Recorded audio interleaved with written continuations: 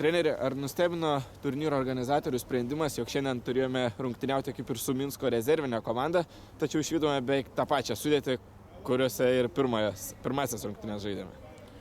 Taip, nustebino tas, nežinau dėl ko jie tokį priėmė sprendimą, šiaip tai negalėjo, tuo labiau,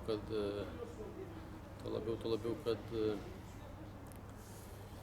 mes žaidėm trečias varžybas iš eilės, tikrai labai ekstremaliom sąlygom. Tai futbolio faktiškai neįmanoma. Būtų gal įmanoma, jeigu būtume ilgesnį suolelį turėję. Labai džiaugiuosi dėl merginų, kurios parodė begalinę valią šiandien, pavyzdžiui. Šiandien rungtynės, pavyzdžiui, gal to žaidimo ir nebuvo, bet pasiaukojimas ir atsidavimas buvo superinis. Šiandien pirmąjį kėlinį atvirkščiai negu pirmose rungtynėse mes pelnėm greitą įvartį. Ir po to šiek tiek, aišku, žaidimas apsilygino, bet galima sakyti, kad vis dėlto iki pergalės šiandien pritrūko jėgų. Taip, turėjo pritrūkti jėgų, nes iš tikrųjų tai,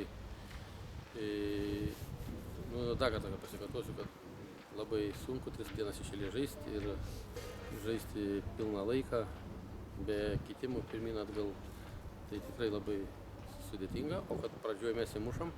Tai aš galvoju, gal Minskas galvoja, kad mes 3 dienas iš eilės žaidžiam. Galvoju, gal mes būsim visiškai jau pavargę, neturėsim jėgų, jie gal nesusikopė. Bet mes įrodėm, kad mes galim žaisti. Kaip treneri apskritai vertinat visą turnyrą?